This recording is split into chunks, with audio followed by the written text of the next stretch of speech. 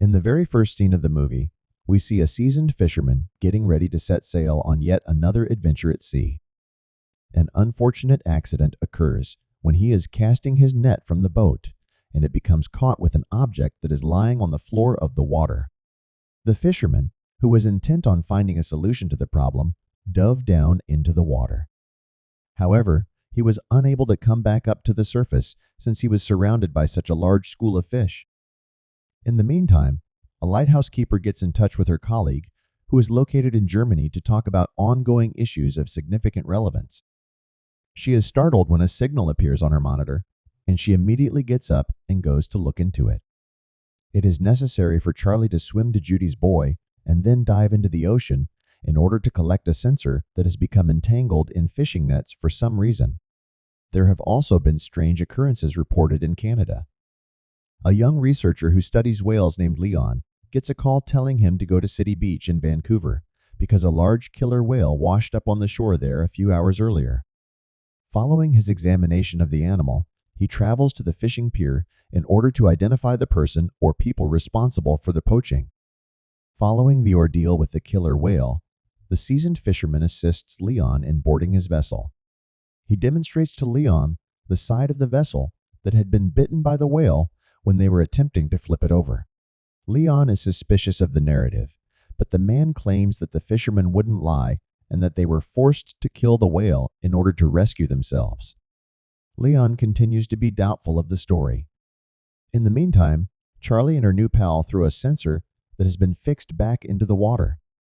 Their objective is to keep tabs on the various marine animal populations. During the course of their investigation, they come upon additional evidence of the existence of methane. A group of whales consisting of smaller individuals appears and begins to swim near Leon's boat. It has become increasingly difficult to steer due to the growing amount of ice shards that are encircling the boat. On the other hand, there appears to be a bafflingly large quantity of ice chunks today. In spite of this, Leon's determination paid off, as he was ultimately rewarded with the opportunity to hear the peculiar sounds made by the whales.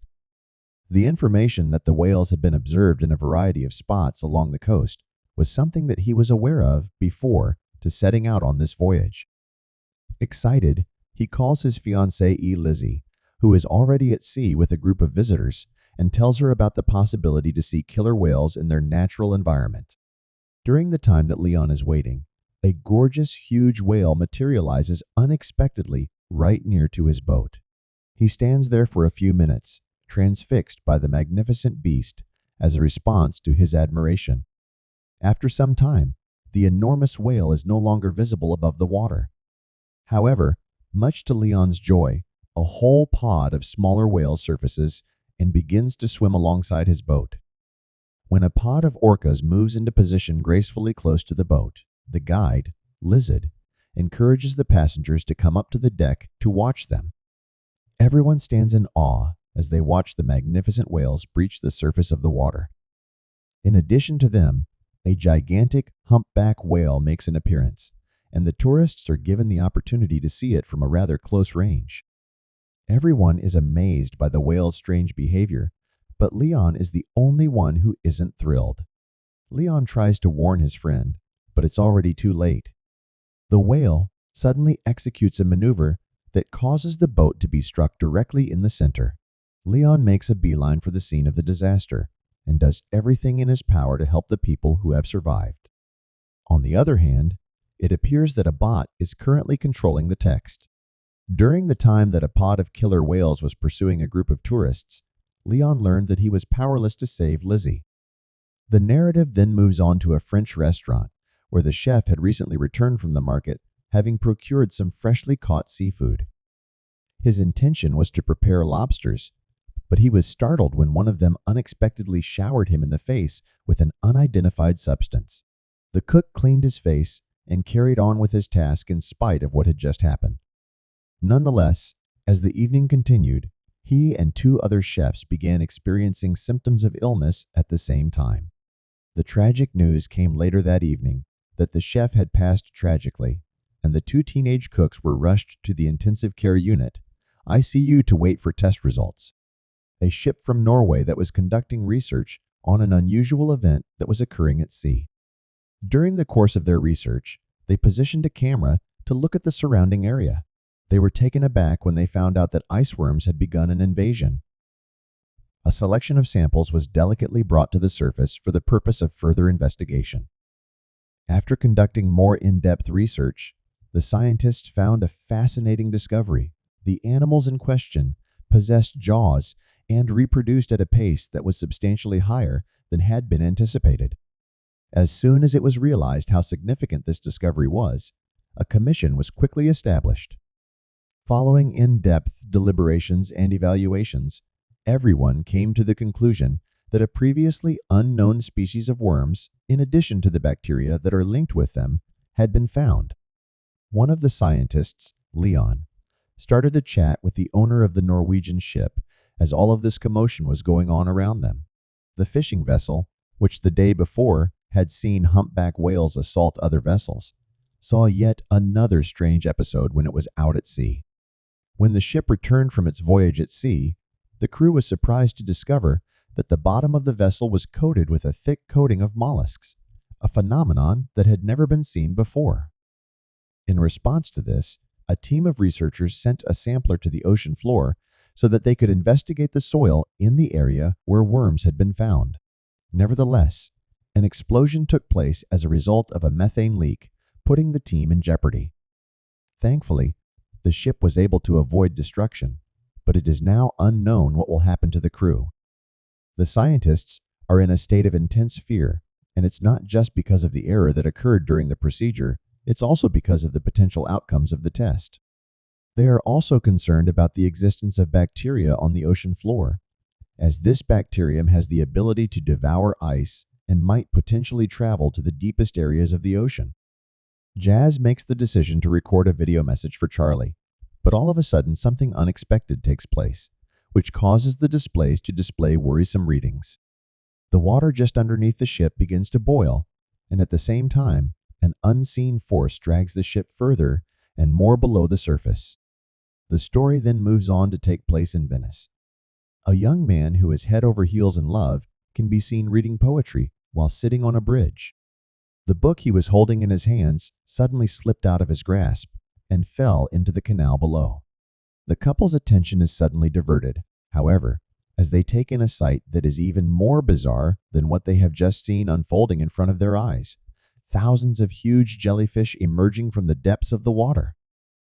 In the meantime, an investigation into the condition of the sick chef finds a strain of bacteria that was not previously known to exist. This particular strain of bacteria targets blood cells and consumes them. It has come to light, to everyone's shock and horror, that a number of more people have sadly lost their lives after eating at the restaurant that is situated on the beachfront region. In order to explore the effects of pollution on whales and to discover whether or not this could be linked to changes in their behavior, Leon is requesting permission to perform an autopsy on a killer whale. Leon makes the startling discovery that there is an unknown substance in the whale's brain, despite the fact that the specialists do not anticipate discovering anything dangerous within the whale. This material is going to be examined further. Another person, a young man who works at a car wash, falls victim to the sickness. This person is a victim of the disease. The researchers are starting to see that there may be a connection between all of these occurrences as they put together the pieces of the puzzle. Through the restaurant's water supply system, bacteria were able to spread across the community. New attacks on whales have been reported, which Leon is made aware of. When he examines the map, he notices a pattern. All of the differences coincide with the movement of the whales. In order to confirm his suspicions, he sets out for the area where whales congregate while they are dozing off. The dive almost results in a catastrophe, but Leon is able to avoid it by attaching a camera to one of the whales and then escaping. When he investigates more, he discovers that the Japanese have. In addition to this, I found out that there are worms, but it appears that they are not eager to broadcast this information to the rest of the globe. The recordings made by the cameras are currently being scrutinized in not one, but two laboratories at the same time. The whale pod is seen in Leon's camera traveling all the way to the ocean floor, when they come into contact with a strange, shimmering phenomena. This event takes place after they have gone to the depths of the ocean. A related occurrence is taking place on the shore at the same time as this one, and it involves vast numbers of crabs emerging onto the streets of a tiny settlement. A subsequent view of the seabed, taken from a different angle, reveals an important discovery. It would appear that a connection has been made between one of the oil leaks and the weird incidents. Gas companies were digging holes in the ice in a restricted area, which caused considerable damage to the seafloor for several kilometers in all directions. In order for Leon to collect a few more mussels from the ship for study, he needed to get into the tightly guarded port area, which required him to slip through a fence. However, security was able to capture him, and he was taken into custody the following morning. The Japanese ship's owner, Mr. Sato, got in touch with Leon and asked him to promise not to intrude on his property again in the foreseeable future. On the other hand, Mr. Sato gave Leon his word that he would provide him with access to all of the study materials. On the other hand, Charlie viewed things from a different angle. Now, the message that Jess recorded only a few minutes before the accident has been delivered to its intended recipient. After she has had some time to compose herself, the young woman is able to pick out a few oddities in the tape. Take, for instance, the glow that may be seen behind the porthole. In addition to this, crabs are currently being brought into the laboratory, and there have been reports of them appearing on the surface in a number of different locations throughout the world. As was to be expected, these crabs are also packed with a peculiar chemical that is capable of ingesting blood cells at an extraordinary rate.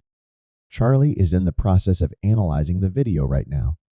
The girl's hearing, which had been giving her a lot of trouble during the process, was ultimately able to pick up a sound that was strikingly similar to the one that was captured in the underwater recording.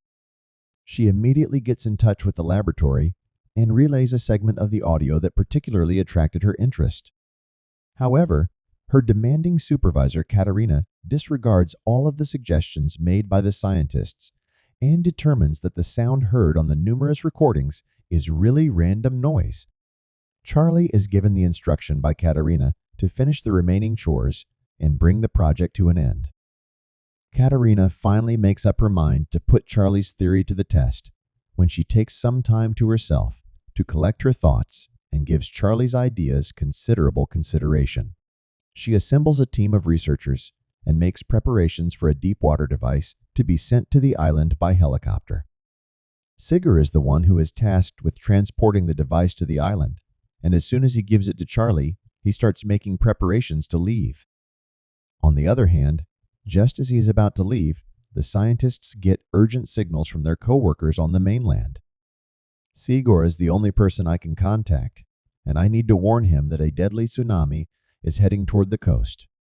Those who are there and see it for themselves understand that surviving is a long shot. Sigur is able to effectively warn Charlie, and the two of them then depart the conference. During the conference, the scientist will present a paper that reveals bacteria has been purposefully infecting humans, and everyone will soon be required to evacuate from water sources. Unfortunately, despite Leon's best efforts, none of his fisherman friends are willing to take any action in response to his warnings about this. In order to participate in a scientific symposium at which the most intelligent people have converged, Rahim and Leon meet at the Institute. The aim of the conference is to have a discussion about the ongoing trend of people deciding to move their homes from the sea to land-based locations.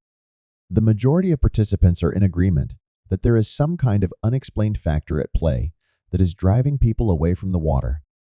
Katerina, on the other hand, stands out as the lone person who disagrees with this viewpoint. She will not budge from her knowledge and her convictions, both of which she has cultivated over the course of many years of experience. As a consequence of this, she strongly suggests that the group look into possible rational explanations for the phenomenon. A group of scientists decide to present their idea to the general public, in spite of the concerns raised by their supervisor. The theory is supported by scientific proof. They successfully persuade the government that people living in the ocean who are contaminated with microorganisms are deliberately trying to harm humans.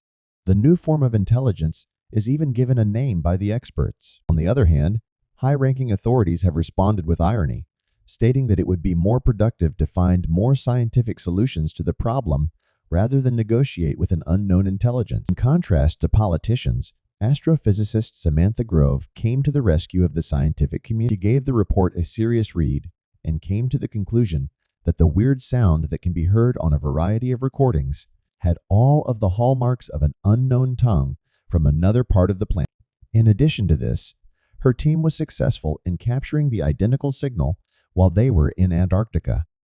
Mifuno, a prominent investor from Japan, is one more significant individual who shares Sigur's belief in his theory and decides to back his business endeavor. They have high expectations that this assistance will help lead to the discovery of answers. Savior of the world, Sigur, calls a meeting of the squad and briefs them on the next mission. He encourages everyone to thoroughly assess the risks that are involved, and he stresses that those who are truly dedicated should be the only ones to move forward. The team has been given the news that they will be leaving for an adventure to the Arctic in exactly 2 days' time. The scientists go back to their homes to say their final goodbyes to their families and friends, and to let them know that they will soon be leaving. They have a lot of relatives who are trying to talk them out of leaving, but everyone is aware that this is their last chance to make a change in the world. One of the valleys in Antarctica is home to the highest known concentration of sentient bacteria, which, according to the findings of scientific research, can be found in Antarctica. Before the corporation decided to make contact with them, it's possible that these bacteria had been around for millions or even billions of years. The members of the team are doing their separate tasks and conducting interviews with a young journalist when all of a sudden the technology on their ship starts to generate interference. The scientists get themselves ready as rapidly as possible to record a signal from the mysterious organism known as Sarah.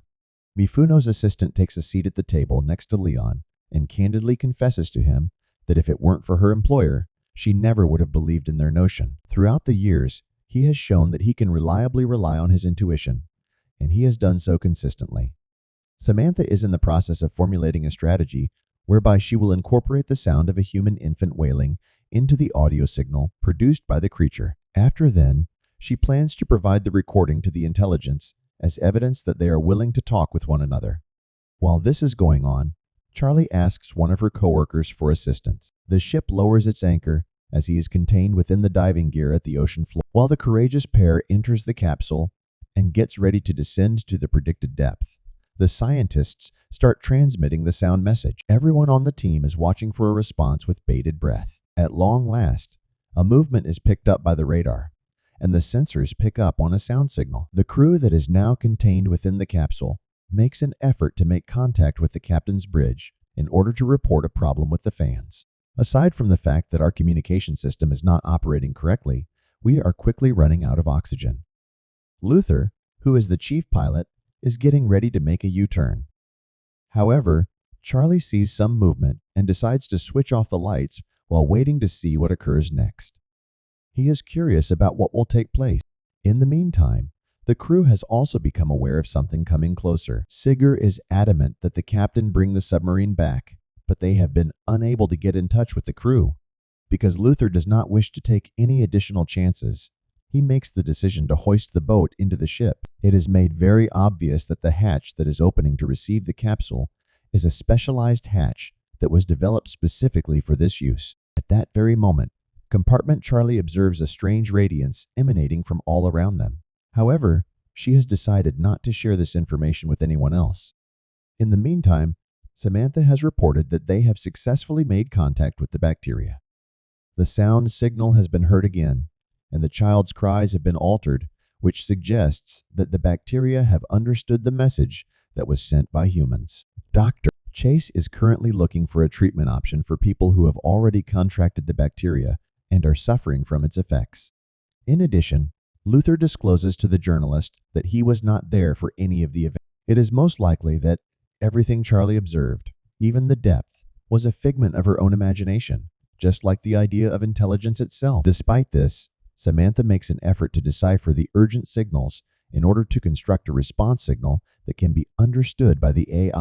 During this time, She does not leave the chamber where the capsule is located. As the journalist watches, a glow begins to develop in the pool, and at the same time, there is a sudden outage of the ship's lights, which is accompanied by interference. After everything has been repaired, the captain realizes something is missing. During the time when Chase was attempting to save the girl, the journalist's body fell onto the monitor. As he gets closer, he detects a substance on her lips that is similar in appearance to cerebrospinal fluid. Samantha shares the news with the rest of the crew, including the captain, that there was a momentary increase in voltage while they were searching, but it was so subtle that no one saw it. However, the astrophysicist believes that the fact that the signal originated from within the ship is the single most important piece of information. Charlie takes in what her coworkers are saying, but she has a hard time mustering the bravery to join in the discussion. Leon goes to see the girl, whose body is now covered with odd blotches, so that he can inform them that they are the ones who introduced the germs into the pool. The doctor asks the guy and Sarah for their help and asks them to hold the girl while she collects a sample of the girl's spinal fluid for study. The analysis will be done later.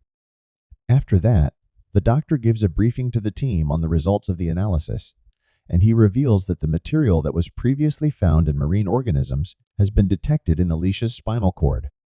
Chase hypothesizes that the bacteria were making an attempt to join forces with the young woman. Both Sells and Charlie have acknowledged that they saw the bright entity enter the ship at the same time as them. In response, Samantha creates a fresh recording that will be sent to Earth. This time, she includes an audio image that was sent by an astronomer named Charlie. In the message, Charlie describes going into a locked compartment without authorization, where the pool once again begins to emanate a brilliant light and create strange shapes. Charlie also mentions that the pool was acting in a weird manner. At that precise moment, the entity sends Samantha a message that contains an image as part of its response. During this time, Mr. Mifuno's helicopter arrives at the ship just as he is expressing his wish to board. The astrophysicist demonstrates to him the footage that was taken from the pool cameras, as well as the image that was delivered in response to Samantha's message so that he can attend the opening. The experts believe that the image shows a giant ocean that once encompassed a supercontinent many millions of years ago. They are reminded by the astrophysicist that the Earth has existed, is existing, and will continue to exist for a significant amount of time after people have vanished. Their one and only wish is for there to be a focus on conservation rather than destruction of the oceans. There is some encouraging news to report in light of the fact that the corporation has begun replying to our messages. Our team now has the opportunity to discuss and possibly come to an agreement for a ceasefire as a result of this development. In the meantime, Chase has discovered a medication that is capable of eliminating germs that are responsible for eating blood cells. On the other hand, this piece of news has resulted in considerable contention among the crew. Mifuno proposes conducting an experiment with the material in the pool and removing all of the bacteria from the water if the experiment is effective. Sigur, on the other hand, is not in agreement with this strategy and maintains the opinion that we should first investigate any and all potential avenues of negotiation with the corporation. In the interim, Chase is working on finding a resolution to the problem. It is recommended to follow a cautious approach and propose performing a trial of the medicine in a controlled environment, such as a pool, rather than hurriedly launching it into the open ocean where everyone is gathered to see the experiment. In other words, it is preferable to propose doing the trial in a pool because pools are controlled environments. Chase then throws the medication into the water, and almost immediately it begins to float to the surface. At the same time, there is a horrific scream that breaks the glass. The ship's commander receives word that the vessel is currently drifting aimlessly across the waters surrounding Antarctica as a result of technical difficulties. The situation is made even more dire when it is discovered that the vessel is encircled by icebergs. The ship runs into an iceberg, but to everyone's surprise, an enigmatic blue glow suddenly moves it to a different area after the collision.